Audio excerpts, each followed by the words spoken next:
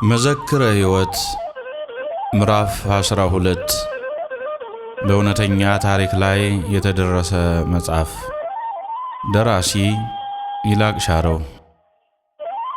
ወርቅዓለም ከቤተሰቧ ጋር ክረምቱን ያሳለፈችው ብዙ ነገሮችን እየሰማች በፈተና መካከል ነበር። ለኃይለ ማርያም መታጨቷን የአካባቢው ህብረተሰብ በደንብ ስለሚያውቅ ብዙ ትችት ነበረባት። የሁኔታው መገጣጠም ለወሬ ያመቸ ስለነበረ መሰደቢያም ሆኗታል።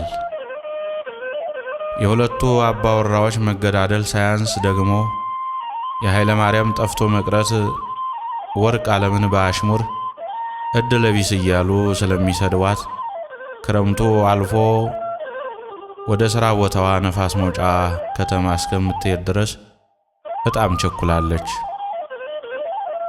ያለችበት ቦታ ገጠር በመሆኑ ወደ ነፋስ መውጫ ከተማ ሄዳ ከይትባረክ በተቀበለችው አድራሻ ወደ ኃይለ ማርያም ስልክ ለመደወል የሁለት ወር ክረምት 1 ዓመት የሆነባት እስኪመስላት ድረስ ተጨንቃለች።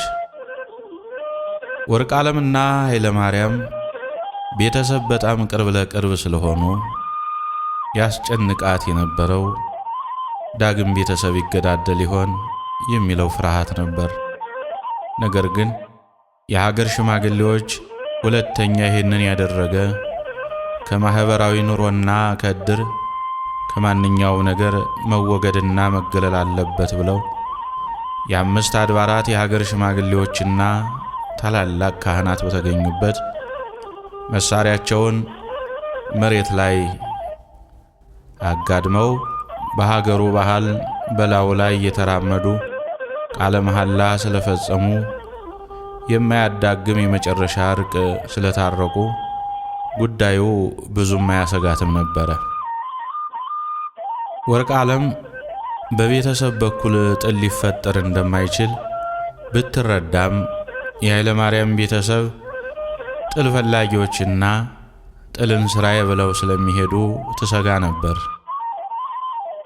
የወርቅዓለም ወንድሞች እታይ የሚሉ አፍለኛ ወጣቶች ነበሩ።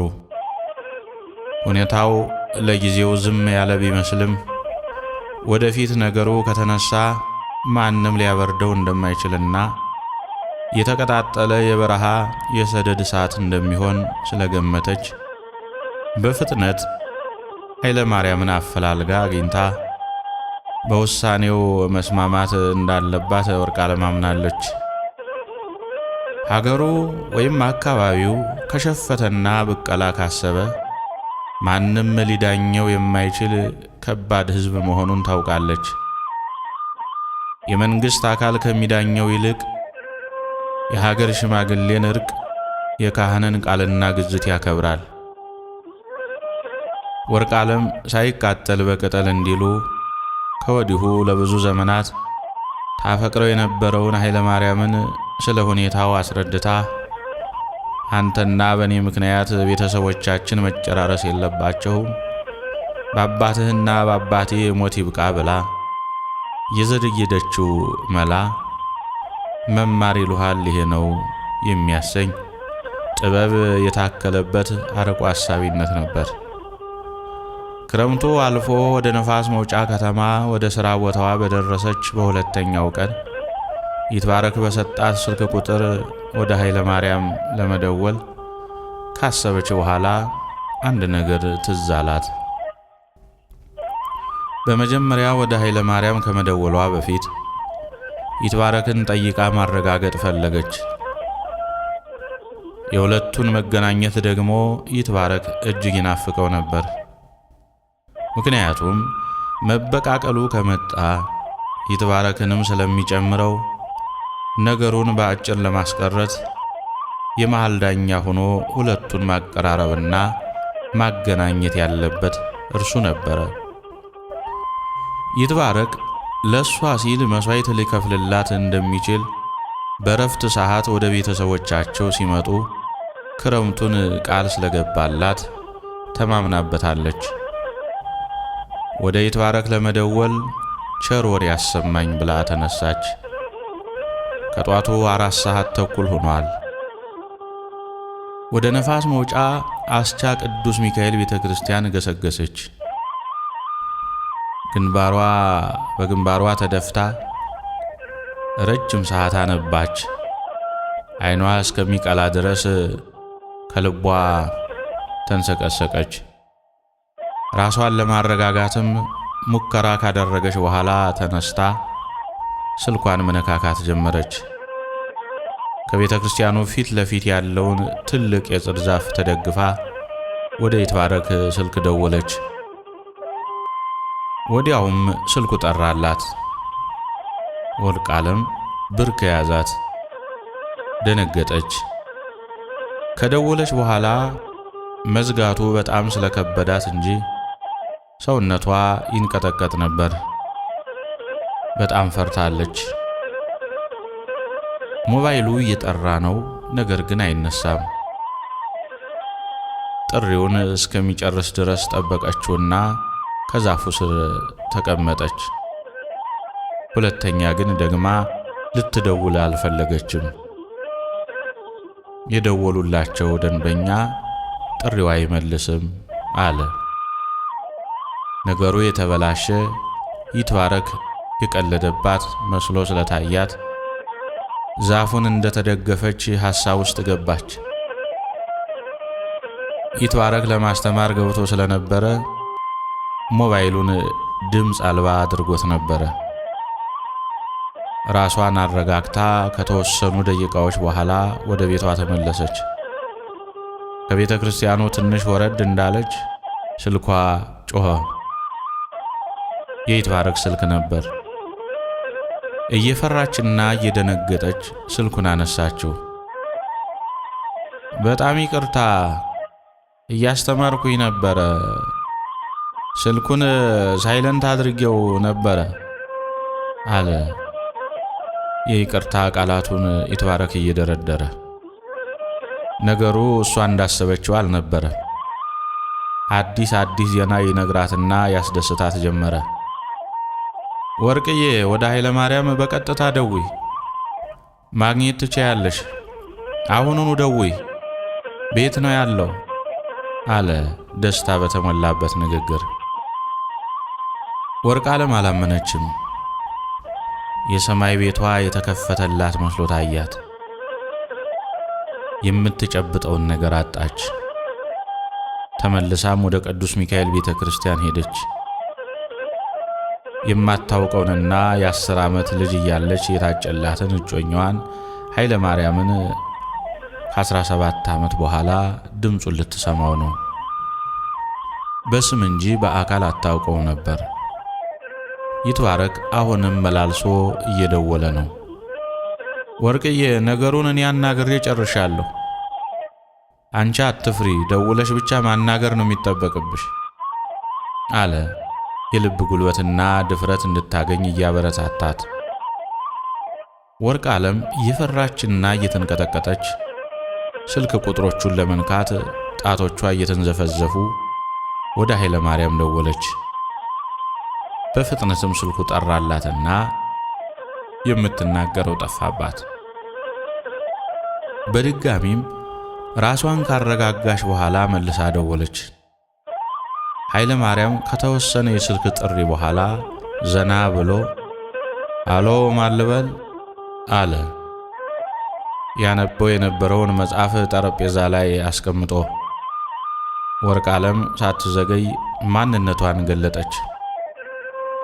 ወርቅዓለም እባላለሁ፣ ከነፋስ መውጫ ጋይንት ነው የምደውለው። ምናልባት ስለኔ ይትባረክ ነግሮ ሊሆን ይችላል አለች። ያንቀጠቀጣት የነበረው ፍርሃት እልም ብሎ ጠፍቶላት ኃይለ ማርያም ስለ ወርቅዓለም ሊገልጠው የማይችል ውስጣዊ የደስታ ስሜት ነበረው። ድምጧን ከሰማ በኋላ የተወሰነ ደቂቃ ዝምታ ነገሰበት። የሚመልሰውንም አጣ። ቆይቶ ግን አንድ ቃል ብቻ ተናገረ። ዝጊውና እኔ ልደውልልሽ አለ። የሞባይል ካርድ ሊገዛ ከተቀመጠበት እየተነሳ። ወርቅዓለም አላመነችም ነበር። መልሶ ሲደውል ምን ማለት እንዳለባት እያውጠነጠነች ጠበቀችው። ካርድ ሞልቶ ወደ ወርቅ ዓለም ሲደውል ኔትወርክ አስቸገረው። የደወሉላቸው ደንበኛ ስልካቸው ከአገልግሎት መስጫ ክልል ውጭ ነው ይላል። ኃይለ ማርያም በጣም እየተናደደ በተደጋጋሚ ቢደውልም ሊጠራለት አልቻለም። ይህንን መልካም የጋብቻ ሐሳብ እሱም እንደ ወርቅ ዓለም ያስበው ስለነበረ በነገሩ ደስተኛ መሆኑን በዚያው ሊገልጽላት ወዶ ነበር። ቀኑን ሙሉ ስልኳ ሳይሰራ ዋለ። ኃይለ ማርያም ሲበሳጭ ውሎ ወደ ቤቱ ገባ።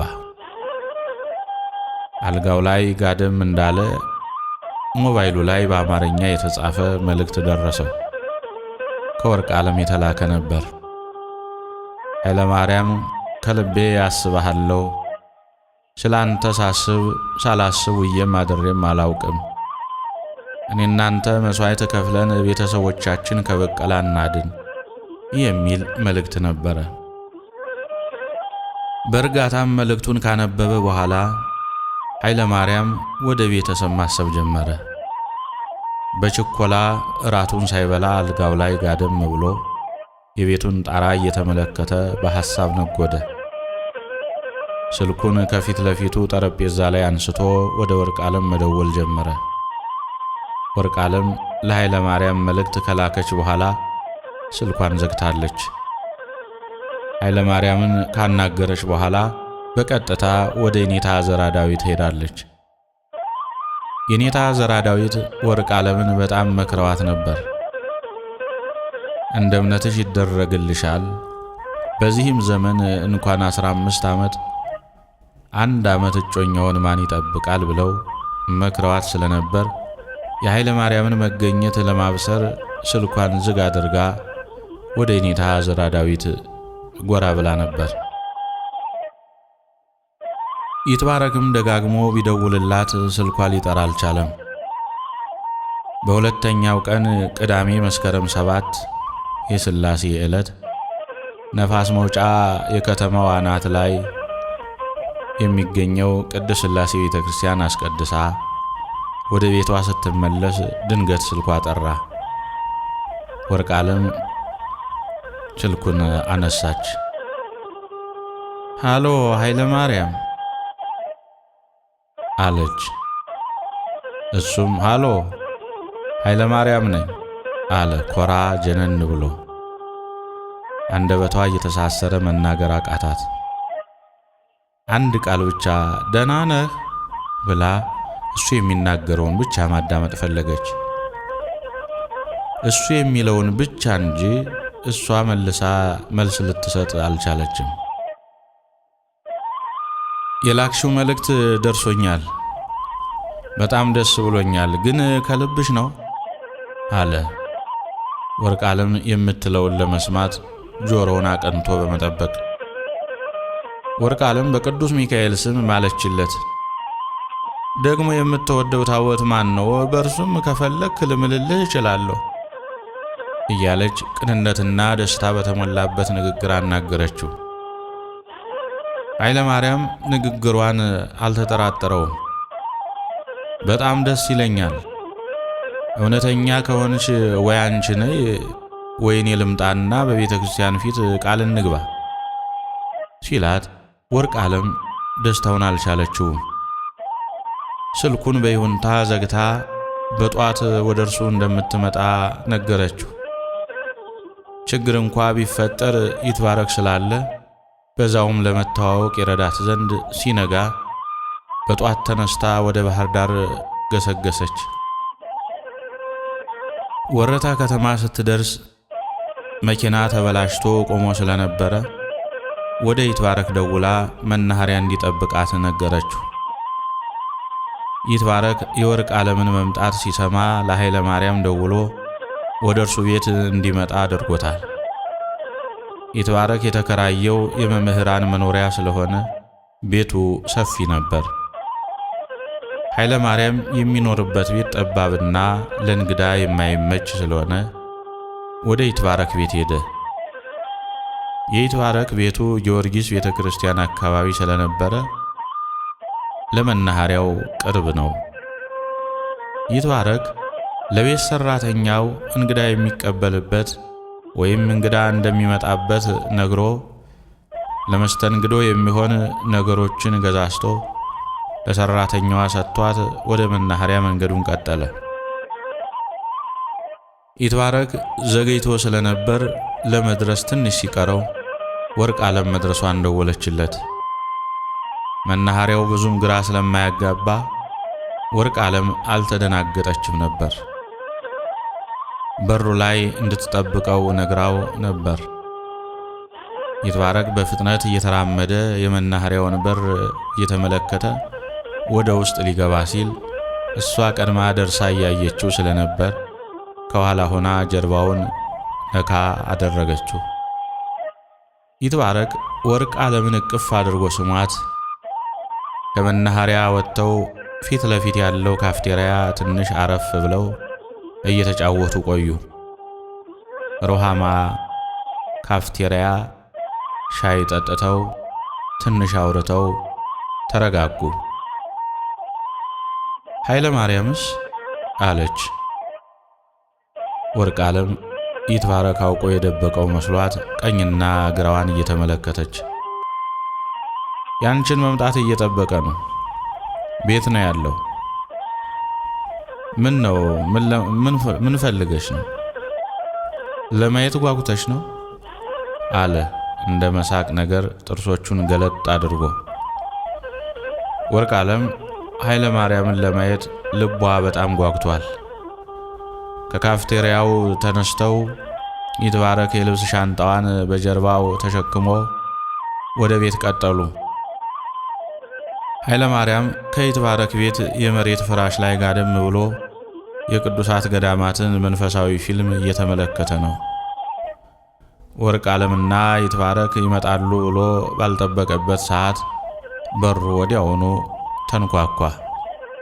ተያይዘውም እኩል ገቡ። በጀርባው ጋደም ካለበት በቁምጣና በውስጥ ልብስ እንዳለ በፍጥነት ብድግ ብሎ ከፊት ለፊቷ ላይ ቆሞ ተመለከታት። ወርቅ ዓለም ማለት አንቺ ነሽ አለ፣ ፊቱ ላይ የደስታና የሐዘን ስሜት ተቀላቅሎበት። ወርቅ ዓለም ከጠበቃትና ካሰባት በላይ እጅግ ሆናበታለች።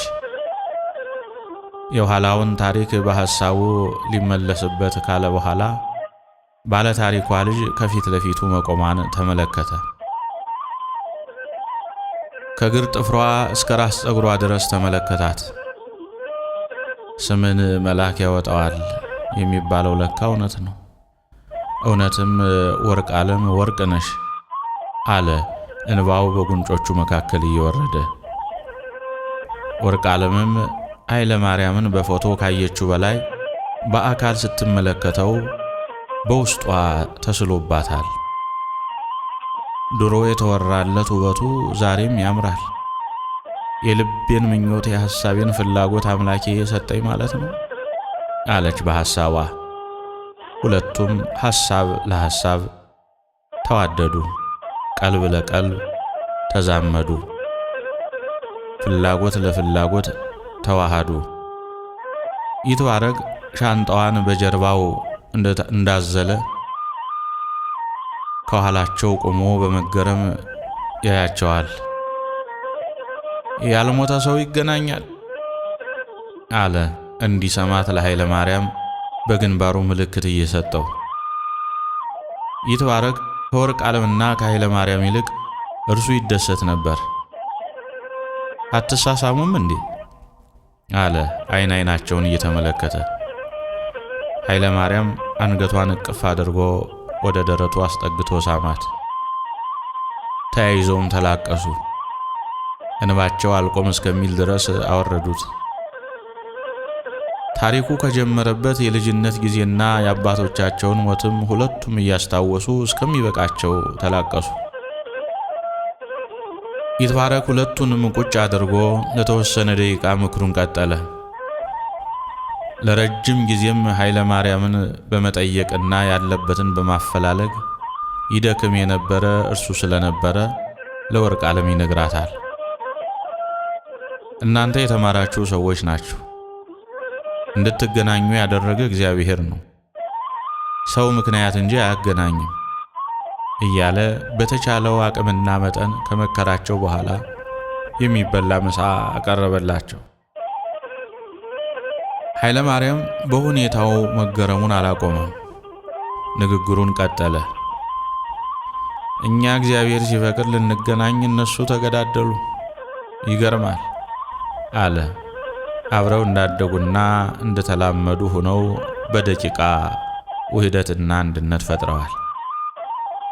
ምንም አይነት እንደ ባለደም ልጆች አልተፈራሩም። ኃይለ ማርያም ያስጨንቀው የነበረው የቤተሰቡ ፍቅርና ተለይቶ መቅረት ነበረ።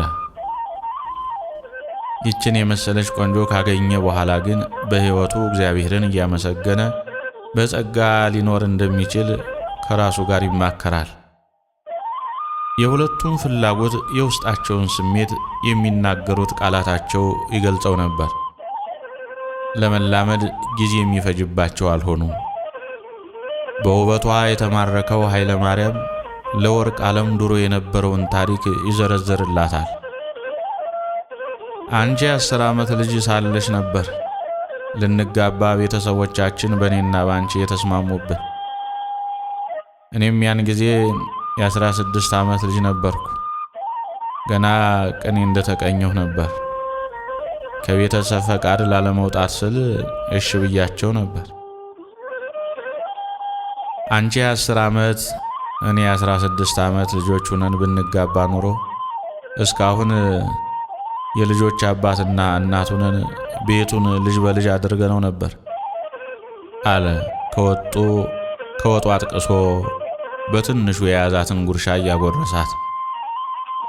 ወርቅ ዓለምም አስቀድማ ታሪኩን ታውቀው ስለነበር ሰምቻለሁ፣ የተናገርከው ሁሉ አንድም ውሸት የለበትም፣ ሁሉም እውነት ነው አለች። እሷም የጉርሻ አጸፋዋን በተራዋ እየመለሰች ይትባረክ አጠገባቸው የሌለ መስሎ እስከሚታያቸው ድረስ በራሳቸው ዓለም ስምጥ ብለዋል። ይትባረክ የሁለቱን ስሜት ስለተረዳቸው እሱም በደስታ ተሞልቷል። ደስታቸው የእሱም ደስታው ስለሆነ ወደ ካፍቴሪያ ወስዶ እያዝናና ሊያጫውታቸው አሰበ። ያቺ ምሽት ደስታ የተሞላባትና የማትረሳ ምሽት ሆነች። ቀልብ የሚስበውንና የተፈጥሮ ጸጋ ያደላትን ውቢቷን ባህር ዳርን ከነሙሉ መስህቦቿ ለማስጎብኘት ለምሽቱ የተመረጠው የሽባባው ሆቴል ድብ አንበሳ ነበረ። ጣና ሐይቁ ዳርቻ ላይ ሆነው ሊዝናኑ፣ ሊያመሹ፣ ሊጫወቱ፣ የውስጣቸውን ሊያወሩ አንድ ላይ ሆነው ሶስቱም ሄዱ። ከሰዓት በኋላ ያለው የፀሐይ ብርሃን የባህር ዳርን ከተማ የዘንባባ ዛፎቿና ጥላዎቿ ጋር እጅግ ውበቷ እንዲጨምር አድርጎታል። ወርቅ ዓለም ባህር ዳርን ጎብኝታ ስለማታቅ ትመኘውና ትፈልገው የነበረው ሁሉ በአንድ ቀን ስለተፈጸመላት ደስታዋ ወደር አጣ። የደስታ ስሜቷ መላ ሰውነቷን ስለተቆጣጠረው ምን ብላ መናገር እንደምትችል ቃላት ያጥሯታል። ብቻ በተመስጦ ከሆቴሉ ፊት ለፊት ያለውን በሰፊው ሀገር ላይ የተንጣለለውን የጣናን ሐይቅ እየተመለከተች ፊቷ እንደ ፀሐይ በራ። የምትፈልገውን ሁሉ በቃላት ለመግለጽ ተቸገረች። ሁሉም ነገር አዲስና ልዩ ሆነባት። ብቻ አንዳንድ ጊዜ እግዚአብሔር አሰራሩና አፈጣጠሩ እንዴት ይገርማል አለች። አይኖቿ ወለል ወዳለው ወደ ጣና ሐይቅ እየተወረወሩ። የወርቅ ዓለም መመሰጥ ያስገረመው ይትባረክ ወደፊት የሚያስደንቁትን የጣናን ገዳማት ከተመለከተች ምን አይነት ስሜት እንደሚሰማት በማሰብ ሌላ ልዩ ደስታ ይነግራት ጀመረ። በጣም የሚያስደስት ተፈጥሮ ነው ወርቅዬ። ደግሞ ይህንን አይተሽ ትገረሚያለሽ እንዴ? ከሐይቁ ደሴት ላይ ያሉትን ገዳማት ብትመለከችስ? አሉ ከሚባሉ ውብና ማራኪ ገዳማት እኮ ዋናዎቹ እዚህ ናቸው።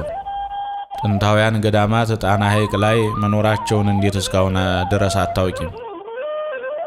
እነ ጣና ቂርቆስ፣ እነ ክብራን ገብርኤል፣ እነ ዘጌ ጊዮርጊስ፣ እነ ደብረ ማርያም አለና ደስታዋን እጥፍ ድርብ አደረገው።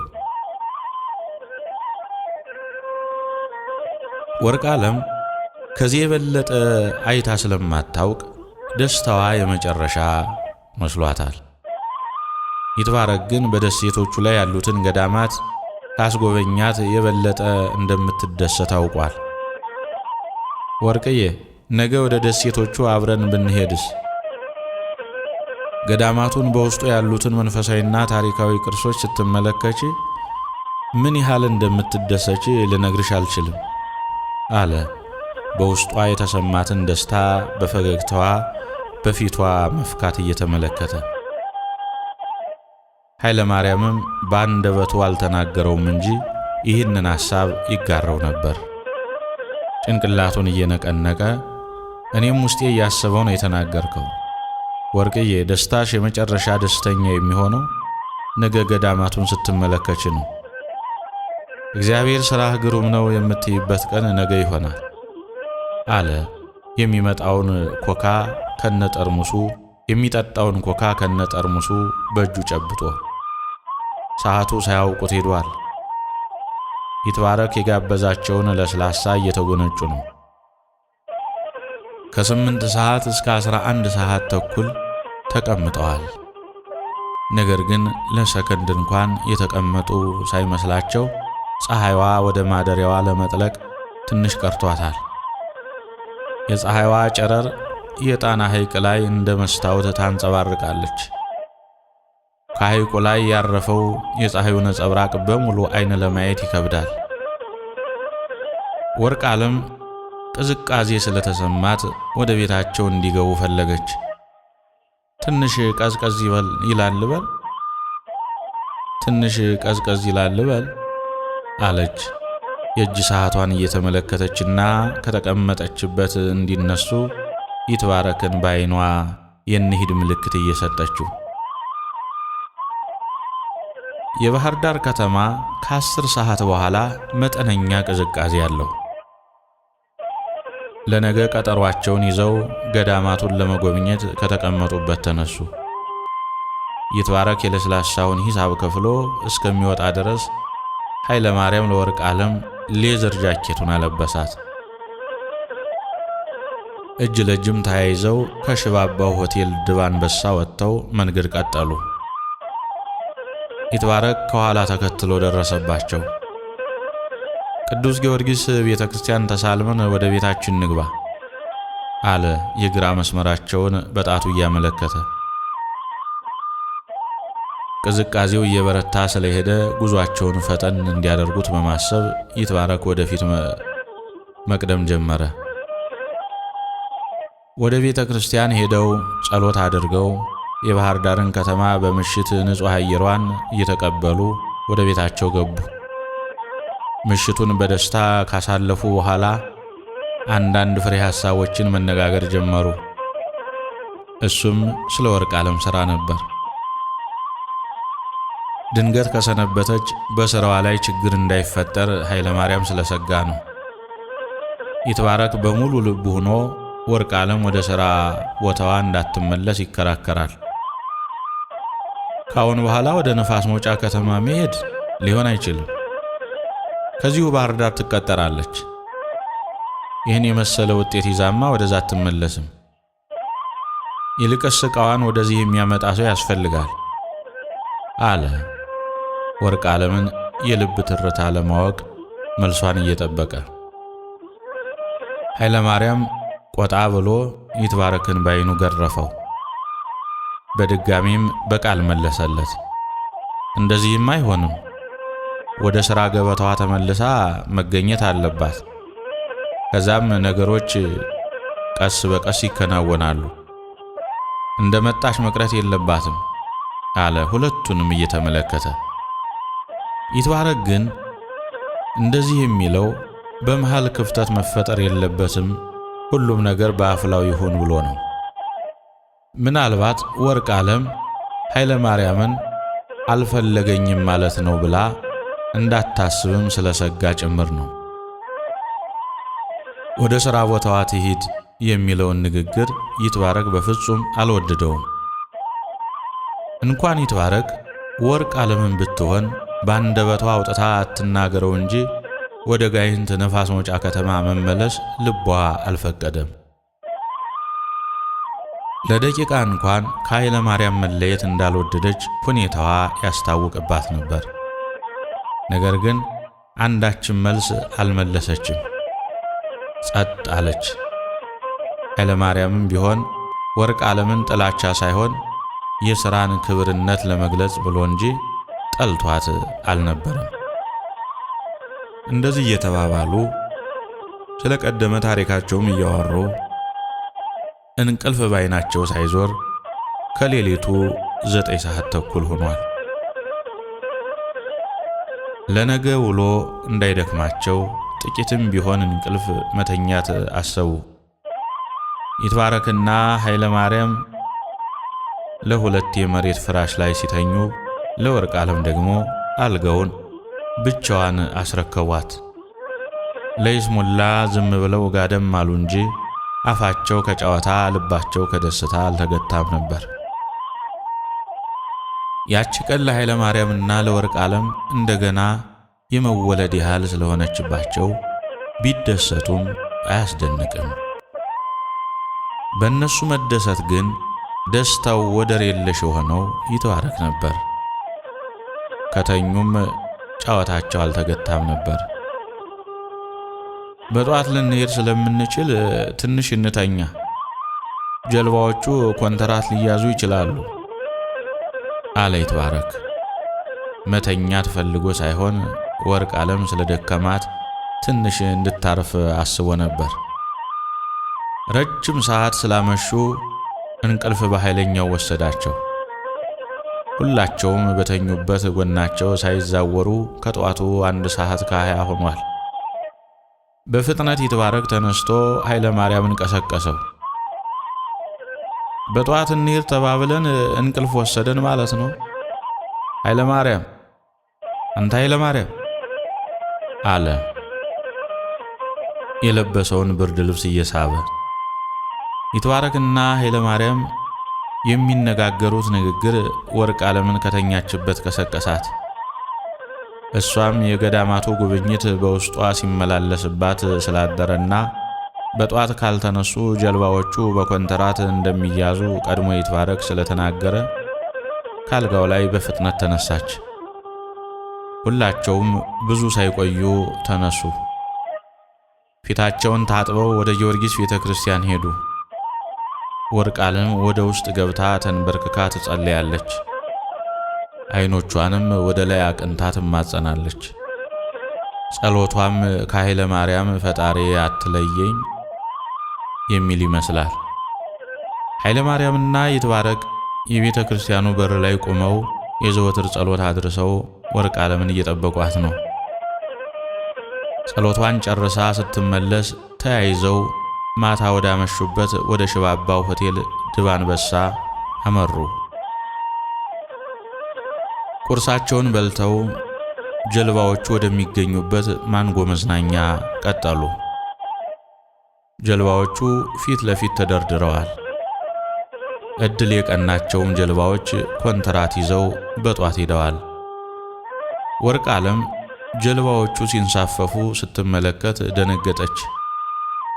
ብዙም ሳይቆዩ ይትባረክ እያደፋፈራት ወደ ትንሿ ጀልባ ገቡ። ገዳማቱን ለመጎብኘት ወደ ደሴቶቹም ቀጠሉ። በጧት ፈጥነው የተነሱትም ጀልባዎቹ ኮንትራት ሳይያዙ ለመድረስ ነበር። ምክንያቱም ቱሪስቶቹ ሀገር ጎብኚዎቹ ቀድመው ስለሚይዟቸው ነበር። በትንሿ ጀልባ 350 ብር ከፍለው ጉዞ ጀመሩ። ጣና ሐይቅ ምንም አይነት ደመና ያላንዣበበበትና በጉም ያልታጀበ የጠራ ነጭ ሰማይ ይመስላል። ለወርቅ ዓለም በለመለመ መስክ ላይ ፈረስ የጋለበች እንጂ በባህር ላይ በጀልባ የምትሄድ አልመሰላትም ነበር። አልመስላት እስከሚላት ድረስ ትዝናናለች። ከርቀት የሚገኘውንና በተፈጥሮ ደን የታደለውን የዘጌን ገዳማትና አድባራት እየተመለከተች በደስታ ተዋጠች። በርቀት የተመለከተችውን ደሴት ደርሳ እስከምታየው ድረስ ቸኩላለች። ከባህር ዳር ከተማ እንጦንስ ኢየሱስ ገዳም ለመድረስ በጀልባ 30 ደቂቃ ብቻ ይፈጃል። ወርቅ ዓለም በአንድ እጇ የኃይለ ማርያምን እጁን አንድ ጊዜ ልብሱን ጭምድድ ጥብቅ አድርጋ ትይዛለች። ጀልባዋ ዘንበል ቀና ስትል ትፈራለች። ማውራትም ትፈልጋለች። አይገርምም? በባህር ላይ መንገድ ለፈረንጅ ብቻ ይመስለኝ ነበር አለች። የኃይለ ማርያም ወገብ በቀኝ እጇ ጥምጥም አድርጋ ቀና ብላ አይኖቹን እየተመለከተች ጀልባዋ ከማዕበሉ የተነሳ ትወዛወዛለች። ኃይለ ማርያም በወርቅ ዓለም መደሰት እየተደሰተ ነው። በገዳሙ ውስጥ ከአንድ አባት ጋር መገናኘት እንዳለበትና ሁለታቸውም ምክር መውሰድ እንዳለባቸው በልቡ ያስብ ነበር። ዛሬ የኔም ያንቺም ደስታችን ከመጠን በላይ ሆኗል አለ ግንባሯን ሳም አድርጎ። እሷ ግን የምትመልሰው አንዳች መልስ በማጣቷ ጭንቅላቷን ብቻ እየነቀነቀች መደሰቷን ገለጸችለት። ከ30 ደቂቃ ጉዞ በኋላ እንጦንስ ኢየሱስ ገዳም ሐይቁ ላይ ከበሩ ላይ ጀልባዋ ቆመች። ከባህሩ ጫፍ ከገዳሙ ዳር ወርደው ወደ ውስጥ ገቡ። ከደሴቱ ላይ ያሉት ሁለቱ ገዳማት እንጦንስ ኢየሱስና መስቀል ክብራን አንድነት ገዳም ነበሩ። ወርቅ ዓለም ወደ ገዳሙ ስትሄድ የመጀመሪያዋ ስለሆነ ታሪኩን ቀድማ ጠየቀች። ወደ ውስጥ ከመግባታችን በፊት ስለ ገዳሙ ታሪክ ማወቅ እፈልጋለሁ፣ እንዲያውም ስለ ዘጌ ገዳም አለች። ኃይለ ማርያም የማሳወቅ ግዴታ እንዳለበት አስቦ ይመልስላት ዘንድ ግድ ሆነበት። የገዳሙ መግቢያ ጫፍ ላይ ትልቁ ዛፍ ስር ተቀመጡ። ወርቅ ዓለም መልሱን በጉጉት እየጠበቀች ነው። ስለ ዘጌ ገዳም ነው ያልሽኝ? አለ አይኖቹን በአይኖቿ እየተመለከተ ወይም አይኖቿን በአይኖቹ ብሌን ውስጥ እያየ። አዎ ስለ ዘጌ አለች ንግግሩን ሳይጨርስ ቀደም ብላ። ዘጌ ብለው የሰየሙት አንድ አባት ናቸው። አባ በትረ ማርያም ይባላሉ። ከዳጋ እስጢፋኖስ ተነስተው በደንገል እየቀዘፉ ሲመጡ ደንገሉ ተቀደደባቸው። ከዛም በበትራቸው ወይም በዘጋቸው ቀስፈው ስለተሻገሩ ዘንጌ ያሻገረችኝ ሲሉ ዘጌ ብለው ሰይመውታል አለና የሚያውቀውን የገዳሙን ታሪክ ባጭሩ ተረከላት። ወርቅ ዓለምም አንገቷን እየነቀነቀች በይሁንታ መልክ አዳመጠችው። እነርሱ ከገዳሙ ዳርቻ ቆመው ሲነጋገሩ ይትባረክ ከቤተ ክርስቲያኑ በር ላይ ቀደም ብሎ ሄዶ ነበር። ፊቱን ወደ እነሱ መልሶ ድምፁን ከፍ አድርጎ ቃል ግቡልኝ አለ ግራና ቀኙን እየተመለከተ። በገዳሙ ውስጥ አንድ አባት ለማግኘት የሚፈልግ ይመስላል። ኃይለ ማርያምና ወርቅ ዓለም ከኋላ እየተከተሉት ነበር። ፊቱን ወደ እነርሱ እንደገና መልሶ አሁንም ቃል ግቡልኝ አለ ኮስተር ብሎ። የምን ቃል ነው የምንገባልህ? አሉ ሁለታቸውም በአንድ ድምፅ። ይትባረክ ወደ ገዳሙ የወሰደበት የራሱ ዓላማ ነበረው። የገዳሙ አበምኔት አባ ዘሚካኤል ትልቁ የዝግባ ዛፍ ስር ሆነው ትልቅ የብራና መጽሐፍ ይዘው ይመለከቱ ነበር። መነጽራቸውን ዝቅ አድርገው በዓይናቸው ቀዳዳ ቁልቁል ተመለከቷቸው። በሰላም ከመጡ በኋላ ቁመው ሲጨቃጨቁ ስላዩ ሰግተዋል። ድንገት በሐሳብ ያልተግባቡበት ምክንያት ይኖራቸው ይሆን አሉ ከሩቅ ሆነው እየተመለከቷቸው። ቀረብ ብለውም ሁኔታውን ማረጋገጥ ፈለጉ። ነገር ግን ጥል የመሰለ የፍቅር ቃል መሆኑን አላወቁም ነበር። ይትባረክ ከሁለቱም ፊት ለፊት በጉልበቱ ተንበርክኮ አሁንም ቃል ግቡልኝ አለ። ይትባረክ ቃል ግቡልኝ የሚለውን ለሶስተኛ ጊዜ ሲደጋግመው ወርቅዓለም ሌላ ችግር የተፈጠረ መስሏት ደነገጠች። እሺ አንተ ብቻ ተነስ፣ ቃል እንገባለን። ምንድን ነው አለች። ፊቷ ላይ የፍርሃትና የመደንገጥ ስሜት እየታየባትና ግንባሯን ቆጠር ፈታ እያደረገች መልስ በመጠበቅ ዛሬ ወደዚህ ቅዱስ ቦታ እንድትመጡ ምክንያት የሆንኳችሁ እኔ ነኝ። ምክንያቱም ሁለታችሁ ቃል ገብታችሁ አብራችሁ እንድትኖሩ ስለምፈልግ ነው። እኔም ስራዬን ትቼ እናንተን ደስታ አድርጌ ነው አብሬ የምዞረው። ስለዚህ ቃል ግቡልኝ አለ። ሁሉንም ጣጣውን ገዳም ውስጥ ጨርሶ ለመሄድ በማሰብ ኃይለ ማርያምና ወርቅዓለም ከድንጋጤ ስሜት ወጥተው ፈገግ አሉ። አይን ላይንም ተያዩ። ታዲያ ለዚህ ነው የምትጨነቀው አለች ቁጥር ፈታ ይል የነበረውን ፊቷን ዘና ፈገግ አድርጋ ኃይለ ማርያምን እየተመለከተችው። ይትባረክ ነገሩን አክብዶ ተመልክቶት ነበር። የይትባረክ ሐሳብም ምናልባት ወደፊት ችግር ከተፈጠረ ብሎ ስለሰጋ በቃል ኪዳን ለማስተሳሰር ፈልጎ ነበር።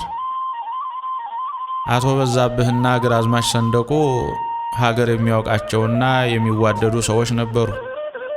ታዲያ ምን ያደርጋል፣ በማይሆን ነገር ደም ተቃቡ። ዛሬ እናንተን በጋብቻ አስተሳስሮ ወደ ፍቅር ማምጣት እጅግ ከባድ ነው። ነገር ግን በጋብቻ በቀላን ማስረሳት በእናንተ እንዲጀመር እግዚአብሔር ፈቅዷል። እኔም ለዚህ ነው የሚያስጨንቃችሁ አለ ውስጥን በሚነካ ኃይለ ማርያምንና ወርቅዓለምን ሊያሳምን በሚችል ከባድ ንግግር። ከኋላቸው ትልቁ ዛፍ ስር ቆመው የገዳሙ አበምኔት አባ ዘሚካኤል የይትባረክን ጭንቀት በደንብ እያዳመጡት ነበር። እያንዳንዱን የሚናገረውን ሁሉ ሰምተውታል። የባለ ደም ልጆች መሆናቸውንም ይትባረክ አባቶቻቸው ያንቺም የሱም ተገዳድለው የሚለው ንግግር አባ ዘሚካኤል ጆሮ ገብቶ ነበር። አባ ዘሚካኤልም በነገሩ ሊገቡበት አስበዋል። የያዙትን መጽሐፋቸውን ከማህደራቸው አስገብተው ልጆች ከዚህ ገዳም ውስጥ መጥቶ እንደዚህ ጮሆ ማውራት እኮ አይፈቀድም። ምንድነው ችግራችሁ? ኑ እስኪ ወደኔ አሉ። መስቀላቸውን በለበሱት ወይባ ውስጥ ወጣ ሲያደርጉ ሁላቸውም እጃቸውን በደረታቸው አመሳቅለው ይፍቱኝ አሉ። አንገታቸውን ዘንበል አድርገው ተሳለሙ። አባ ዘሚካኤል ከባረኳቸው በኋላ ወደ ቤተ ክርስቲያኑ በጣታቸው እየጠቆሙ ተሳለሙና ፈልጋቸዋለሁ አሉ።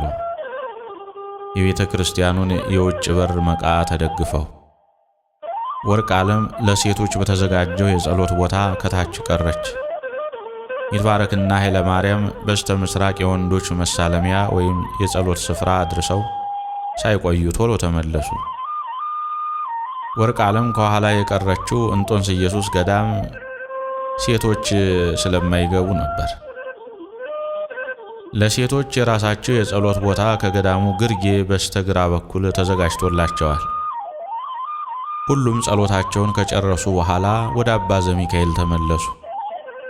አባ ዘሚካኤል ሶስታቸውንም እየመሩ ወደ ትልቁ ዛፍ ስር ወሰዷቸው። ዛፉ በዕድሜ ከመሸምገሉ የተነሳ በረጃጅም ሽበቶች የታጀበ ነበር። ከዛፉ ስር ተጠርቦ በተጋደመው ትልቅ የዝግባ እንጨትና ለመቀመጫነት በተዘጋጀው ቦታ አባ ዘሚካኤል ይዘዋቸው ተቀመጡ።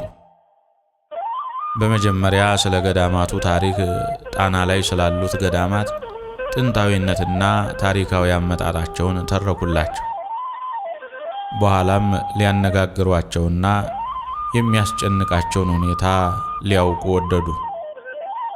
አስቀድመው የይትባረክን ጭንቀት ስለተመለከቱ ወደ ጉዳዩ መግባት አሰቡ። ምን ሆነ ነው ልጄ እንደዛ ስትሆን የነበረው? እኔ እኮ እየሰማሁ ነበር። በል ምንም ሳትደብቅ ችግሩን ንገረኝ።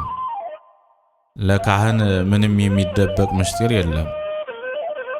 መቼም ወደ ካህን ስንቀርብ የምንደብቀው ነገር እንደማይኖር ክርስቲያን ስለሆናችሁ ታውቃላችሁ ብዬ አስባለሁ አሉ፣ የሁላቸውንም እምነት ለማረጋገጥ በሚያመች ጥያቄ። ኃይለ ማርያም ቴዎሎጂ የሥነ መለኮት ትምህርት የተማረ ስለሆነ ቀደም ብሎ መልስ ሰጠ። አዎ አባቴ፣ ምንም የምንደብቀውት ምስጢር አይኖርም አለ። ቀድሞው ይትባረክና ወርቅዓለም ትርፍ ቃል እንዳይናገሩ በመጠንቀቅ። ይትባረክና ወርቅዓለም ግን ቤተሰቦቻችን ተገዳድለዋል ብለው የቤታቸውን ገመና ሊያወጡ አይደፍሩም ነበር። እነሱም ኃይለ ማርያም ቀድሞ ችግሩን ይናገራል ብለው ስላልገመቱ ማዳመጥ ብቻ ነበር የፈለጉት። አባ ዘሚካኤል ጉዳዩን ሊሰሙት የፈለጉት ከኃይለ ማርያም ነበር። ፊታቸውን ወደሱ አዙረው ነገሩን በትኩረት ሊቀበሉት ፈልገዋል። በልቀጥል ልጄ አሉና ከኃይለ ማርያም የጀመረውን ቁም ነገር መስማት ፈለጉ። ኃይለ ማርያም አንድም ነገር ሊደብቃቸው አልፈለገም። አባ ከስረ መሰረቱ ላንሳለሁት። እንግዲህ እኔ አብነት ወይም የቆሎ ተማሪ ነኝ። እድሜ 16 ዓመት ሲሆን ታገባለህ ተብዬ በቤተሰቦቼ ተገደድኩ። አሁን እንደዚህ ትልቅ ሆና የምትመለከቷት እሷ ናት የታጨችልኝ። ገና የ10 ዓመት ሕፃን ሳለች ነበር ለኔ ቤተሰቦቼ ያጯት። ሁለታችንም ሳናውቅ ቤተሰቦቻችን ልጅህን ለልጄ ተባብለው ከተስማሙብን ቆይተው ነበር።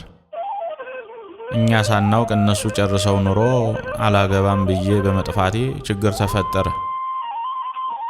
ልጄን አጭተህ ልጅህን አስኮብልለሃል ተብሎ አባቴ በሀገር ሽማግሌ 5000 ብር ተቀጣ። በዚህ የተነሳ ነበረ የእሷና የኔ አባት የተገዳደሉት አለ፣ አንዳችም ነገር ሳይደብቅ። ወርቅዓለምና ይትባረክ ይናገራል ብለው ስላልጠበቁት የቤተሰብ ምስጢር ለሌላ አይነገርም ብለውም ስላሰቡ ባይናቸው ይገላምጡት ነበር። ኃይለ ማርያም ግን ሊያቆም አልቻለም። እንደገናም ቀጠለ። በዛም ምክንያት ቂም ስለተያያዙ ከአንድ የሰንበቴ ጠላ ላይ የእሷ አባት ግራዝማች ሰንደቁ የኔን አባት አቶ በዛብህን በጥይት ተኩሶ ገደለው። ግራዝማች ሰንደቁ ለማምለጥ ሲሞክሩ የኔ ወንድም ደግሞ በአባቴ መሳሪያ ተኩሶ ግራዝማች ሰንደቁን ገደላቸው። ያን ጊዜ ይቺ የምታዩት የ10 ዓመት ሕፃንና የ4ኛ ክፍል ተማሪ ነበረች። ወርቅዓለም አሁን አዲስ አበባ ዩኒቨርሲቲ በዲግሪ ተመርቃ አስተማሪ ሆናለች።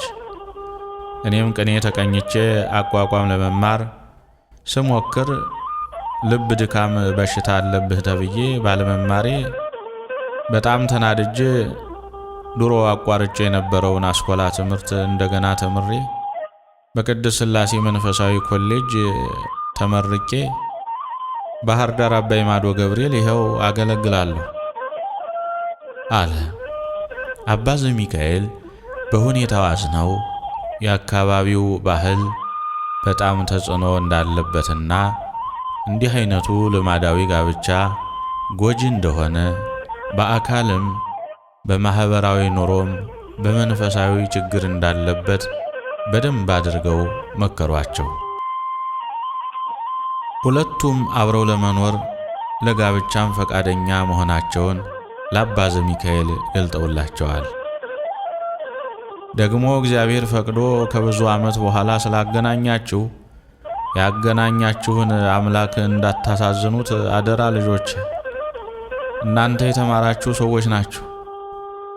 ለሌላውም አርአያ ልትሆኑ ይገባል አሉ።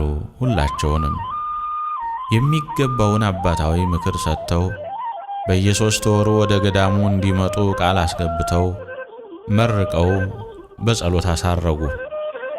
ሊጎበኙ የሄዱባቸውን ገዳማት ከአባ ዘሚካኤል ጋር ከተገናኙ በኋላ ፈጽመው ረስተውታል።